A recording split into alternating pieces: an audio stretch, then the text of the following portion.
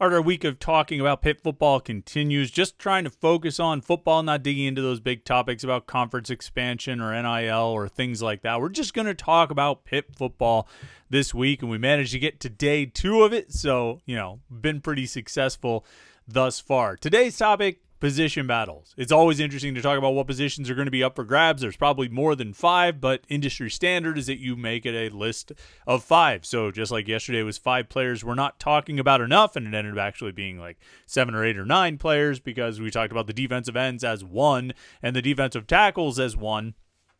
We're going to, again, go with 5 somethings today, and it's 5 position battles to watch. 5 position battles that I think are interesting that we probably, we talked about a little bit here and there. Certainly we talked about throughout spring camp, but they may or may not be at the forefront of your mind. They should be, though, because I think these are pretty interesting position battles that are going to go a long way in determining how the team does this season. There's probably more than 5 out there, but again, we are, we have to do the industry standard, right? And the industry standard is to talk about 5 things. So we're going to talk about 5 things today, I should say, depending on whatever time of day you're watching this. We're going to talk about 5 position battles. 5 position battles to keep an eye on as Pitt approaches the summer and the 2025 season ahead. That's right here on today's Morning Pitt. YouTube.com/Panther-Lair.com.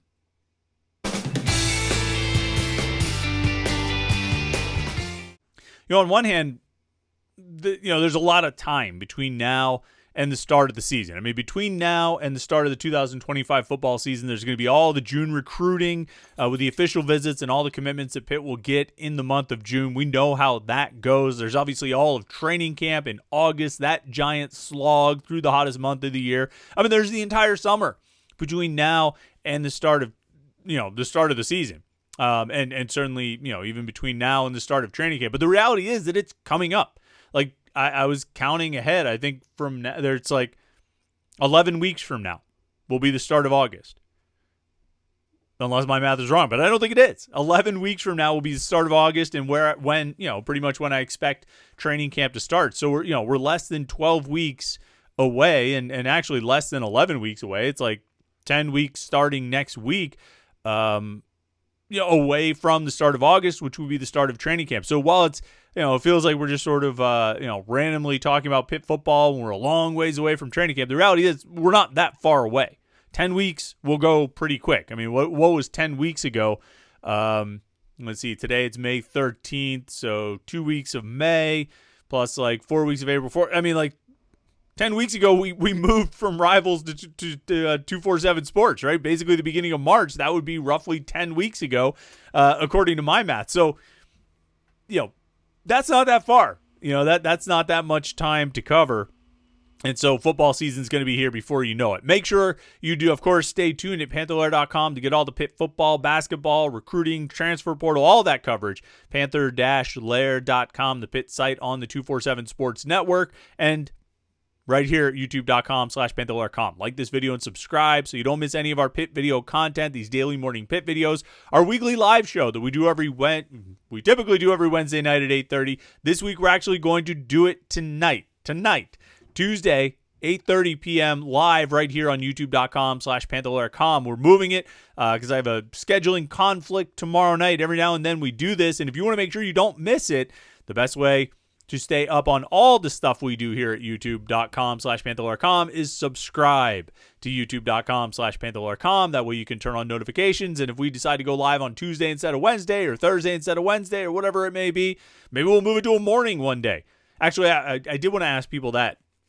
If you watch the live show every week, or you would like to watch the live show every week, if we were going to move it sometimes, like due to a scheduling conflict. I like keeping it on Wednesdays. I think that's a good day to do it. But if we're going to move it due to a scheduling conflict, would you prefer we move it to another night, like Tuesday or Thursday night, or would you prefer we move it to a morning and do it like Wednesday morning at 10 a.m. or something?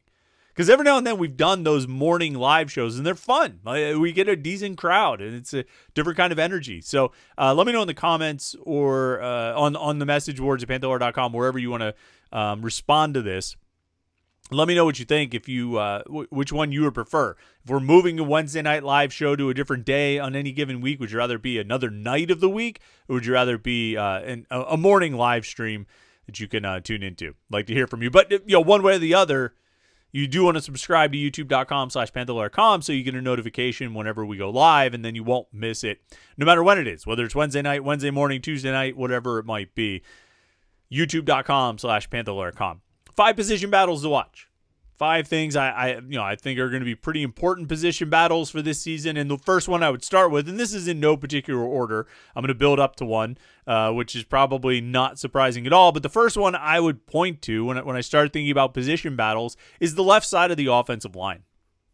And the left side of the offensive line is obviously very important. That's the blind side.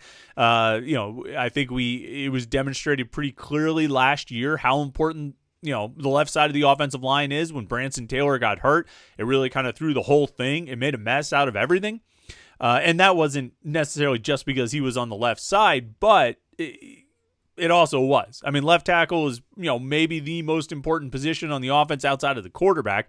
But if the quarterback's the most important position on the offense, the left tackle is protecting his blind side. And that makes him every bit as important because it's a lot harder for the quarterback to do his job if he doesn't have a good left tackle protecting him. And so Pitt came into this year, obviously needing to replace Branson Taylor at left tackle, and then also needing to replace Ryan Jacoby / Jason Collier at left guard. Those guys kind of split the duties there, and Terrence Enos, I think, played a little bit there as well. And they have to replace those guys. And to do so, and in addition, as we've said so many times, to shoring up the depth of the offensive line. And to fill the left side of the line and shore up the depth of the offensive line, they went out and got 3 transfers. And all 3 ultimately look like they're going to be playing on the left side. Whether it's Keith Gouveia from Richmond or Jeff Percy from Michigan or Kendall Stanley from Charlotte. Now, Kendall Stanley came in as the guy with the most starting experience, most sort of consistent and recent starting experience out of all 3 of those transfers. But all of his time was at right tackle. So I really thought that's where he was going to be playing. Well, then they get into spring camp, and it turns out that Kendall Stanley's getting work on the left side and sort of in a position battle with Jeff Percy for that starting left tackle job. And I think there's a few reasons why they made that move and went with Stanley on the left side as opposed to the right side where he had played all that time. I think they wanted to get Ryan Baer resettled as the right tackle, which they did. B.J. Williams then as the right guard and Lyndon Cooper at center. I think they wanted to solidify that side, the center, the right guard, right tackle, and then take their transfers and figure out how they could best work on the left side. Percy has been pretty much exclusively a tackle. Stanley has as well. Gouveia has been pretty much exclusively a guard in their careers prior to coming to Pitt. And that was more or less what we saw throughout spring camp, where Keith Gouveia was working at left guard and Percy and Stanley were kind of battling at left tackle. What got interesting is when they got close to the spring game, I think it was the scrimmage before the spring game, like a week before, Ryan Coretta, who was the backup center, got hurt. And so they ended up moving Keith Gouveia, who had been a guard at Richmond, moved him into the backup center role. And we actually got to see that because that's what they did for the spring game. And so they ended up using Kendall Stanley as a left guard, Jeff Percy as the left tackle, and Keith Gouveia as the backup center. And I think all of that was done in sort of an emergency situation because the backup center, Ryan Coretta, got hurt. I think it does speak to the fact that they are willing to use Gouveia at center, and he could be an emergency option or possibly even a better option than Coretta if the coaches see it that way. But just as interesting was what it said about how they view Kendall Stanley. Because Kendall Stanley, who had been a right tackle for a couple of years at Charlotte, a couple of years as a starter at Charlotte, came in and started working at left tackle here at Pitt in spring camp. And by the end of spring camp was working at left guard for the spring game due to that injury that moved Keith Gouveia inside. So the reason I say all of that and bring all of that up and make mention of it is because I think it shows that both of the left side positions, the tackle and the guard, are kind of up for grabs with a competition, a battle between among Percy, Stanley, and Gouveia. Now, Percy might be almost exclusively a tackle. Gouveia might be almost exclusively a guard. And then Stanley has that versatility to play either one, which means they really can get the 2 best out of those 3 to fill those spots. And that's a good spot. And, it's what coaches always say. They want to have their 5 best offensive linemen on the field. They want to get their 5 best guys out there. That's what they want to, and so they like versatility in different guys because it gives them an option or, a greater chance of getting the best players on the field. Now, with those 2 spots being the 2 spots they have to fill the most on the offensive line, Stanley, Gouvert, Percy, you can find the best 2 of those 3 guys to step in there. And then whoever's the third one is going to be a really experienced backup who can step in at, wherever they're needed. They have that versatility and flexibility to move guys around, I guess is what I'm saying. And I think that's huge. But it also creates a position battle. And I think this is one of the most important position battles on the field. When they get into training camp is figuring out who's the tackle, who's the guard, and how they get ordered out. Next position battle I'd highlight is at safety. Obviously, they have to replace Donovan McMillan. They've got Javon McIntyre back, but P.J. O'Brien is also gone. And so you've got Javon McIntyre, who's got a lot of experience, a lot of starting experience and playing time. And then you have a bunch of guys who are going to play next to him and behind him and rotate and all this stuff who maybe don't have quite as much experience. But they're some of the most promising young players on the team. Of course, I'm talking about Cruz Brookins. I'm talking about Jesse Anderson.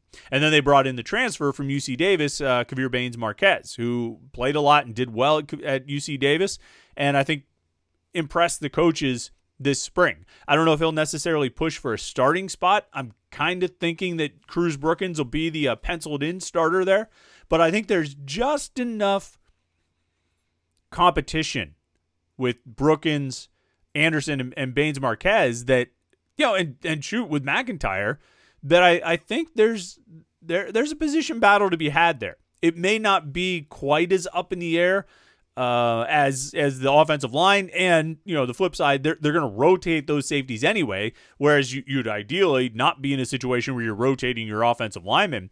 I think they want to find their starting tackle and starting guard and just kind of stick with it if they can. Whereas the safeties, you might find your starting 2, but you end up with all 4 guys playing a lot. And who knows, even Alan Bryant, the young redshirt freshman who I think the coaches are really high on. It could be another guy who figures into some snaps. But I think it's going to be interesting to see how this plays out because you have a couple things to sort out. One, you got to figure out who your starting duo is. If Javon McIntyre is one of them, which I would guess just as a returning starter and a guy who's played a lot, he could play field. You have set the position stuff aside for a second. I started down that road, but that's not where I wanted to go yet. McIntyre, and then you've got to find somebody to start next to him. But then you also do have to figure out those positions, field safety and boundary safety, the free safety and the strong safety, however you want to term it. I think McIntyre can do either one and has done either one. I think, a couple of years ago when he first started playing a lot and getting into the starting lineup and getting playing time, he was working as the boundary safety. Once Donovan McMillan came in, McMillan became the boundary safety, the strong safety playing down in the box, and McIntyre became the free safety, the field safety. But he would bounce around. If you played with P.J. O'Brien, he would be moved back to work as more of a boundary safety. And so they've cross-trained McIntyre. I think they've done that with Cruz Brookins as well. I'm not so sure about Kavir Baines-Marquez or Jesse Anderson if they've cross-trained those guys as much. But even if you just have Brookins and McIntyre that you're comfortable with at either spot, that gives you versatility and flexibility to mix and match however you want. You could go with Brookins and McIntyre. You could go with Brookins and Anderson. You could go with McIntyre and Baines-Marquez. You could go with Baines-Marquez and Anderson. You could go with Anderson and McIntyre. Like there's a lot of different ways you can put these guys out there, and I think they're all pretty good. Like I think we've talked many times about I think the strength of the safety position and how it continues. It's been going strong for about 7-8 years now at Pitt, and I think that continues this year. I think they have really good players there again, and all of those really good players I think are going to push each other, and you'll get the best play. They're here, just like we said with the left side of the offensive line, you're really in a position where you've got good options to find out who your 2 best are, or your 4 best are, to to set your starting lineup and set the rotation. And so figure out your 2 best guys in whatever combination you can, because these guys all have that flexibility and versatility to play the field and the boundary. I think it's going to be a really good position battle that should ultimately benefit Pitt because you've got good players battling for playing time. You should be able to rotate them and keep them fresh, and you should also be able to have some pretty good players on the field at all times. Sort of feel the same about the cornerback position, which is another position battle to watch. You bring back Rashad Battle, although he was hurt all spring. You bring back Tamon Lynham, who played quite a bit last year after transferring to Pitt from Nebraska. But you've also got, you brought in Rashawn Murray as a transfer from Cal. You brought in, Shadarian Harrison's been here for a couple years, but he's finally healthy, and he seems to be living up to, the promise. He had a lot of potential. The coaches were really excited about him coming out of high school. And now it looks like, he's finally in position to put it all together. He dealt with injuries over the last 2 years, but he was healthy this spring and had a pretty great spring by all accounts. He was the most improved player on defense. He had 2 interceptions in the spring game, 1 interception in the spring game. I forget, but he made plays. He made plays, and he made big plays. And I think he's going to be really good. You have some young guys like Davion Pritchard, Nigel Maynard. These are good young corners. I don't know if they're going to be in the starting lineup of their top 4 rotation. I think your rotation at the top is going to be Battle, Lynham, Harrison, and Murray. And those guys are going to compete for those starting jobs. And I don't know if anybody's really penciled in. Battle could be. He's like a 6-year guy, 7-year guy, something like that. But like I say, he didn't practice in the spring because he was hurt. So you have that angle to sort of consider.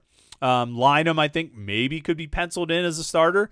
But I would give Harrison every bit the chance that I would give those 2 guys of ending up in the starting lineup. So I think again, you find yourself in a situation. This isn't going to be the case at every position where they've got a position battle, but again, at corner, I think it's not an embarrassment of riches, but they should be in position to, however it shakes out, put good players on the field, and really allow the best players to establish themselves and separate themselves in spring camp and kind of going forward, or in training camp, and going forward.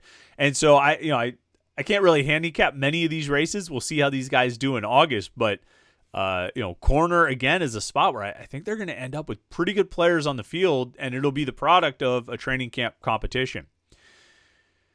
Not exactly the same way I feel about the wide receiver position. And I've questions about this wide receiver group. I had questions about last year's wide receiver group, and I don't think I was entirely wrong about it.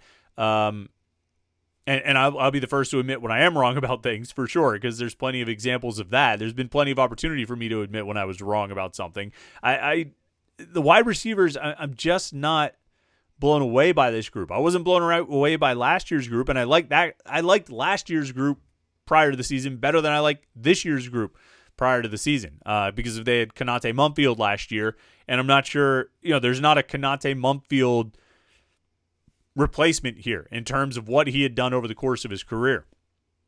Obviously I think Kenny Johnson can be really good, but we're waiting for him to take that next step, that big step to really be really good, which he hasn't done. He hasn't had that big productive season yet. Raphael Williams and Sincere Lee were fine last year. They each made some nice plays, but neither guy practiced this spring, which is not going to help them. They brought in transfers, Deuce Spann and Blue Hicks.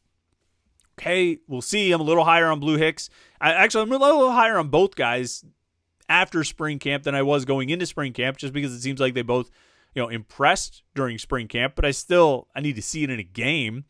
We need to see those guys both do things that they've never done in their career, not consistently over an extended period of time. Bryce Yates and Tony Kinsler and Cam Sapp look really good as freshmen, but they're freshmen. How much are you really going to expect out of freshmen, coming in for their first year? You sort of feel like anything you get is a real bonus. That's wow, that was more than you thought you were going to have. And then, Zion Fowler-El, Tyreek Robinson coming back, there's always a chance those guys could take a step forward, but it's the thing we've said a lot over the last couple years when we talk about the expectations and what needs to happen for Pitt to have a good year. All too often, we're talking about guys doing things they've never done before. And that's the case with Pitt's wide receiver room. I mean, Sincere Lee and Raphael Williams have they've done these things before. They've had big years, but they didn't do it last year at Pitt. They had okay years their first year playing in the ACC, but it wasn't. It was not what they had done at Western Carolina. They put up bigger numbers and had more success at Western Carolina. So there's still a little bit of a question of whether they can translate to the Power 4 level and the ACC level.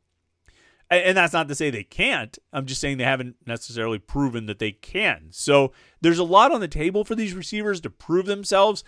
In terms of position battles, I think Kenny Johnson's your wide receiver 1, and then everybody else is sort of battling for spots 2, 3, 4, 5, 6.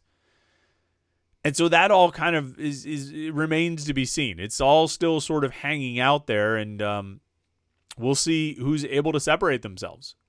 I think it's a big question. I mean, there's a bigger overall question about the wide receivers of, can they make an impact? Can they make plays? Can they be difference makers? But then there's inside that the question of who's going to step up and be number 2, number 3, number 4, number 5, number 6. If Kenny Johnson's number 1, what about the rest of them? And I don't really know. I mean, I only named like 7 guys there, so there's not a lot of options. But somebody's got to step up, and not just some. 4 through 6 are going to be important. They're going to play a lot, but 2 and 3, who are going to be 2 and 3 with Kenny Johnson? Deuce Spann and Blue Hicks, Raphael Williams in one of those new transfers, last year's transfers, Williams and Lee, freshman. I don't know, but that's why it's one of the biggest position battles entering camp. And then the last one, position battle that I think is going to be really interesting to watch this year. Quarterback. Why not? Right? We could play it safe and be pedestrian about it and try not to get too crazy with hot takes and just say there's a battle for the backup quarterback job. Is it Cole Gonzalez, the veteran quarterback who's got lots of experience in this offense, or Mason Heinschel, the freshman who bang my table, everything's shaking.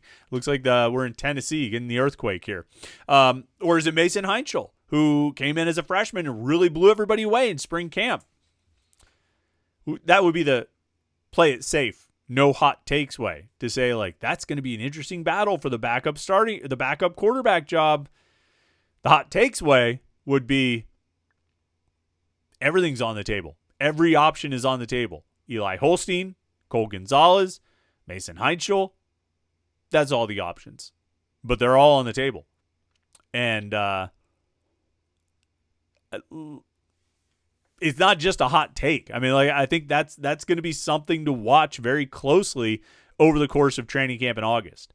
I don't think I don't think anybody is going to talk about this as, like, anybody at Pitt is going to talk about this as the open quarterback competition or the open quarterback job or anything like that. But I think everybody's going to be watching to see what Mason Heinschel does. Everybody's going to be watching to see what Cole Gonzalez does. And obviously everybody's going to be watching to see what Eli Holstein does. And I think it's going to get really interesting. Even if it just ends up being Holstein, Gonzalez, Heinschel, which would be the most sort of expected, outcome. Even if that's what it ends up being, I think it's going to be pretty interesting getting there. So we'll see, because Julian Duggar, he's not here. He's on the screen right there. That's why I mentioned him. I guess I have to change the slideshow out and take out all the pictures of guys who transferred out, so we don't show them during our slideshow anymore during the morning pit. But it's going to be interesting. I think that position battle for the backup and the starting job are going to get a lot of attention from us over the summer, throughout training camp, and into the season. So make sure you like this video and subscribe, youtube.com/Panther-Lair.com. Like I said, don't forget, we will be live tonight for this week's Panther-Lair show, 8:30 tonight, Tuesday night, May 13th. Not on Wednesday, May 14th. Tonight, Tuesday, May 13th, live, 8:30 p.m. right here on youtube.com/Panther-Lair.com. So like this video and subscribe, youtube.com/Panther-Lair.com. That way you don't miss any of our Pitt video content. And then check out the website, Panther-Lair.com.